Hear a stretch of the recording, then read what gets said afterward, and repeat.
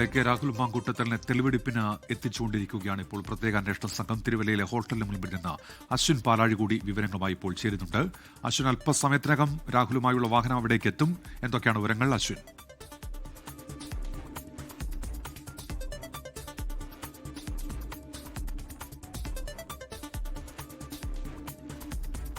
Rahul മാങ്കൂട്ടത്തിലുമായുള്ള police വാഹനം ഇപ്പോൾ Pathanamthitta AR ക്യാമ്പിൽ നിന്ന് തിരുവല്ലയിലെ ഹോട്ടലിലേക്ക് എത്തിക്കൊണ്ടിരിക്കുകയാണ്. അല്പസമയത്തിനകം അവിടെ തെളിവെടുപ്പ് ഉണ്ടാകും. കനത്ത സുരക്ഷയാണ് പോലീസ് ഇപ്പോൾ ഒരുക്കുന്നത്. ഇന്നലെ രാഹുൽ മാങ്കൂട്ടത്തിലിനെ കോടതിയിൽ എത്തിച്ച സമയത്ത് വലിയ പ്രതിഷേധങ്ങൾ ഉണ്ടായിരുന്നു യുവജന സംഘടനകളുടെ ഭാഗത്തുനിന്ന്. ഡിവൈഎഫ്ഐയും ഒപ്പം യുവമോർച്ചയുമൊക്കെ വലിയ പ്രതിഷേധങ്ങൾ നടത്തിയ പശ്ചാത്തലത്തിലാണ് അതിരാവിലെ തന്നെ ഇപ്പോൾ തെളിവെടുപ്പിലേക്ക് കടക്കുന്നത്. അശ്വിൻ പാലാഴി ചേരുന്നുണ്ട്. അശ്വിൻ, അല്പസമയത്തിനകം രാഹുലുമായുള്ള പോലീസ് വാഹനം അവിടെ എത്തുമല്ലോ, എന്തൊക്കെയാണ് വിവരങ്ങൾ അശ്വിൻ?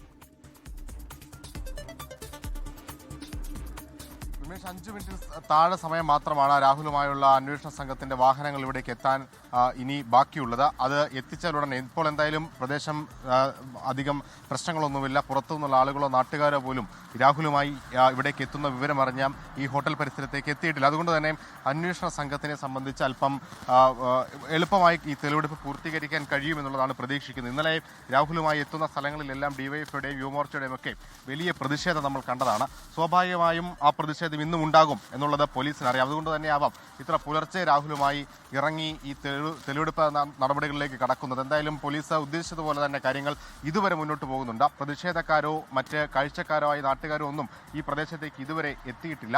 എന്തായാലും അല്പസമയത്തിനുള്ളിൽ ആ വാഹന വ്യൂഹം ഇതാ ഈ ഹോട്ടൽ പരിസരത്തേക്ക്, ഹോട്ടൽ കോമ്പൗണ്ടിലേക്ക് കയറും. അതിനുശേഷം ഈ മുറിയിലേക്കാകും ആദ്യം പോവുക. ഒപ്പം റിസപ്ഷനിൽ നിന്നടക്കം രാഹുലിനെ എത്തിച്ച് അവിടെ നിന്ന് മുറിയിലേക്ക് കൊണ്ടുപോകുന്നു. നമ്മൾ നേരത്തെ സൂചിപ്പിച്ചതുപോലെ രാഹുൽ ഇവിടെ മുറി എടുത്ത ദിവസം, രാഹുൽ ഇവിടേക്ക് എത്തിയ ദിവസം ഡ്യൂട്ടിയിൽ ഉണ്ടായിരുന്ന ജീവനക്കാരെ അടക്കം ഇന്ന് അവരുടെ സാന്നിധ്യം ഇവിടെ നിർബന്ധമായും ഉണ്ടാവണം എന്ന് അന്വേഷണ സംഘം ഹോട്ടൽ ഉടമയെ വിളിച്ചറിയിച്ചിരുന്നു. അതിൻ്റെ അടിസ്ഥാനത്തിൽ അന്നുണ്ടായിരുന്ന അതിഥി തൊഴിലാളി അടക്കം ഇവിടേക്ക്, അതായത് ആ ജീവനക്കാരടക്കം ഇവിടേക്ക് എത്തിയിട്ടുണ്ട്.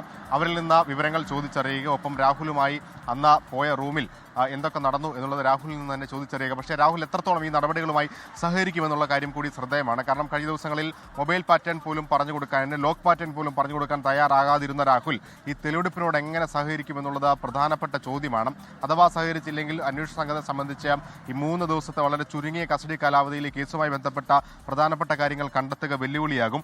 എന്തായാലും രാഹുലിന്റെ അന്വേഷണ സംഘത്തോടുള്ള മനോഭാവം എന്ത് എന്നുള്ളത് പ്രധാനപ്പെട്ട ചോദ്യം. ഇന്നലെയൊക്കെ അത്ര വലിയ പ്രശ്നങ്ങൾ ഉണ്ടായിരുന്നില്ല. ചിരിച്ച മുഖത്തോടു കൂടി അവരുടെ ചോദ്യങ്ങൾക്കെല്ലാം മറുപടി പറയുന്നുണ്ടായിരുന്നു എന്നുള്ളതാണ് നമ്മൾ മനസ്സിലാക്കുന്നത്. എന്തായാലും ഇന്ന് തെളിവെടുപ്പിലേക്ക് കടക്കുന്ന സാഹചര്യത്തിൽ അത് എങ്ങനെ പോകും, ആ ഇടപെടൽ എങ്ങനെ പോകും എന്നുള്ളതാണ് ശ്രദ്ധേയം. ഒപ്പം ഈ ഇത്ര പുലർച്ചെ തെളിവെടുപ്പ് നടത്തുന്ന സാഹചര്യത്തിൽ പാലക്കാട്ടേക്ക് ഇന്നുണ്ടാകുമോ എന്നുള്ളതും ഒരു ചോദ്യമാണ്. പക്ഷേ ഷഫീദ് സൂചിപ്പിച്ചതുപോലെ ഈ ചുരുങ്ങിയ കാലയളവിൽ പാലക്കാട് വരെ രാഹുലിനെ എത്തിച്ചുള്ള തെളിവെടുപ്പ് അത് പ്രായോഗികമാണോ എന്നുള്ള ചോദ്യം അന്വേഷണ സംഘവും ഉയർത്തുന്നുണ്ട്. പക്ഷേ നിലവിലത്തെ സാഹചര്യത്തിൽ ഡിജിറ്റൽ ഡിവൈസുകൾ കണ്ടെത്തുക പ്രധാനമാണ്. അത് രാഹുലിന്റെ പാലക്കാട്ടെ ഓഫീസിലും അവിടെ താമസിച്ചിരുന്ന റൂമിലും ഒപ്പം രാഹുലിന്റെ സുഹൃത്തുക്കളുടെ വീട്ടിലുമൊക്കെയായി സൂക്ഷിച്ചിരിക്കുന്നു എന്നുള്ളതാണ് നിലവിൽ അന്വേഷണ സംഘത്തിന് ലഭിച്ചിരിക്കുന്ന വിവരം. അതുകൊണ്ട് തന്നെ പാലക്കാട്ടേക്കുള്ള തെളിവെടുപ്പ് യാത്ര പൂർണ്ണമായും ഇല്ല എന്ന് നമുക്ക് പറയാൻ കഴിയുന്ന ഒരു സാഹചര്യമല്ല നിലവിൽ. കാരണം അത് അത്രത്തോളം പ്രധാനമായി കേസുമായി ബന്ധപ്പെട്ട് കിടക്കുന്ന ഒരു സ്ഥലം കൂടി ആയതുകൊണ്ട് തന്നെ അവിടേക്കുള്ള യാത്ര, അവിടേക്കുള്ള തെളിവെടുപ്പ്